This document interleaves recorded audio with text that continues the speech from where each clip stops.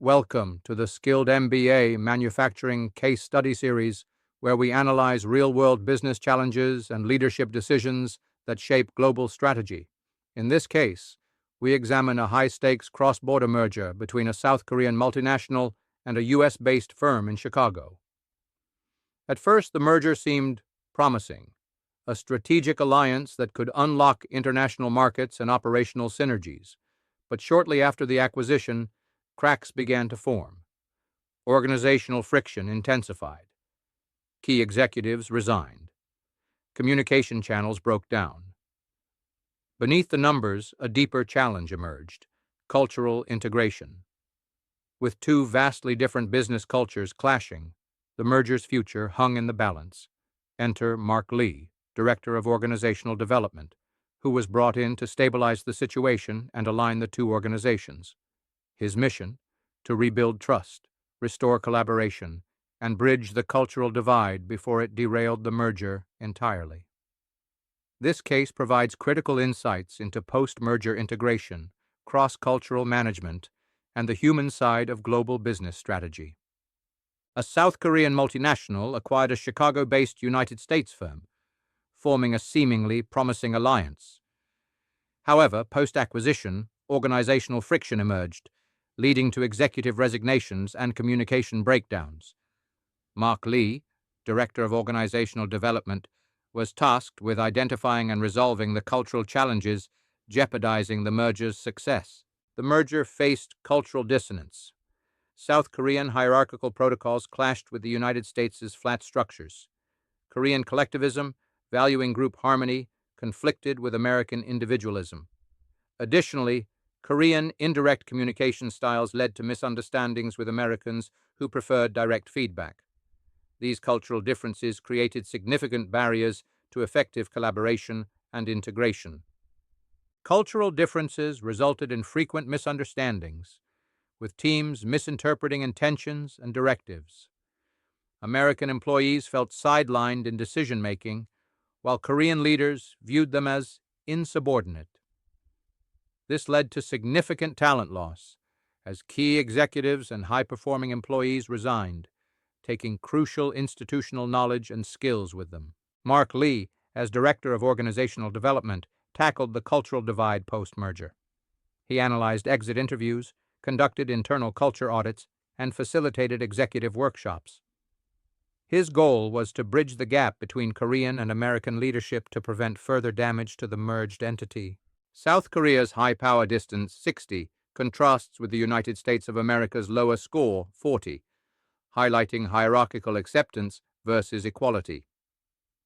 The United States of America's individualism, 91, starkly opposes South Korea's collectivism, 18.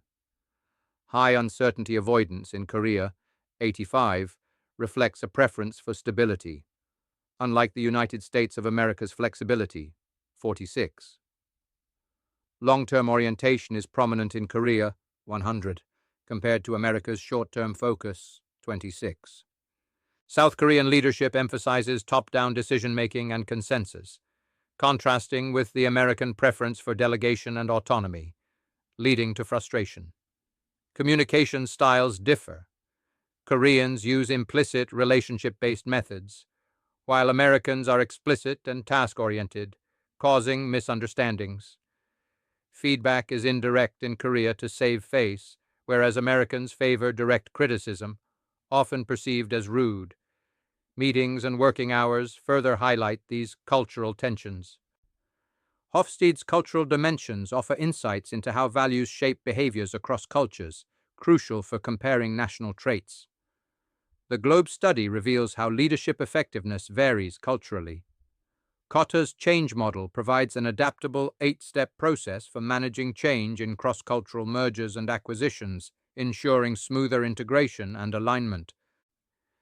Mark Lee's intervention strategy begins with a cultural assessment, using audits and Hofstede's framework to identify friction points. Awareness building follows, with cross-cultural training and mentoring. System redesign involves revising communication and decision-making processes. Finally, reinforcement includes cultural key performance indicators, a leadership council, and feedback mechanisms to ensure ongoing integration success. Cultural intelligence is crucial in mergers and acquisitions, impacting success significantly. Conducting cultural due diligence before finalizing cross-border deals is essential. Effective post-merger integration strategies focus on communication, leadership, and decision-making. Culturally adaptive leadership bridges divides, fostering inclusivity. Human resources and organizational development play strategic roles in facilitating successful cross-cultural integration. Pre-merger cultural due diligence can identify potential integration challenges, such as hierarchical versus flat structures. Implementing cultural bridges, like those by Mark Lee, can mitigate conflicts. Integration strategies vary by country. United States-India mergers may focus on communication, while Germany-Japan might emphasize decision-making. Role-play exercises and cultural mapping using Hofstede dimensions enhance understanding and preparedness. Cultural due diligence is crucial in cross-border mergers and acquisitions, serving as the foundation for integration planning and cultural awareness training. Effective communication protocols and leadership development are essential to navigate cultural complexities, ensuring successful mergers.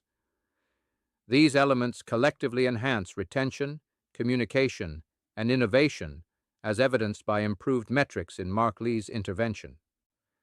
Mark Lee's intervention led to a 65% improvement in retention, significantly reducing executive turnover through a cultural integration program.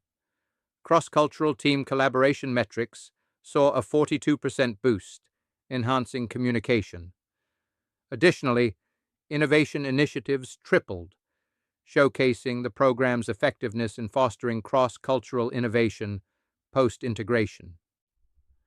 Cultural fluency is crucial in cross-border mergers and acquisitions. Beyond financial due diligence, successful mergers demand cultural assessments.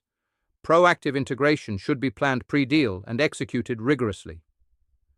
Culturally intelligent leaders are vital for bridging divides, while human resources and organizational development professionals are key in facilitating cultural integration. Thank you for exploring this strategic challenge with Skilled MBA, Journey to Success with Pride.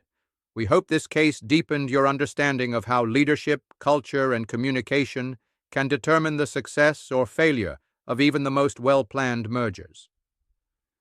Skilled MBA offers valuable resources for global business insights and case studies. For inquiries, contact us at +91 87553 00795 or support@skilledmba.com. Visit our website at https://skilledmba.com to explore how learning meets leadership in cross-border mergers and acquisitions and beyond.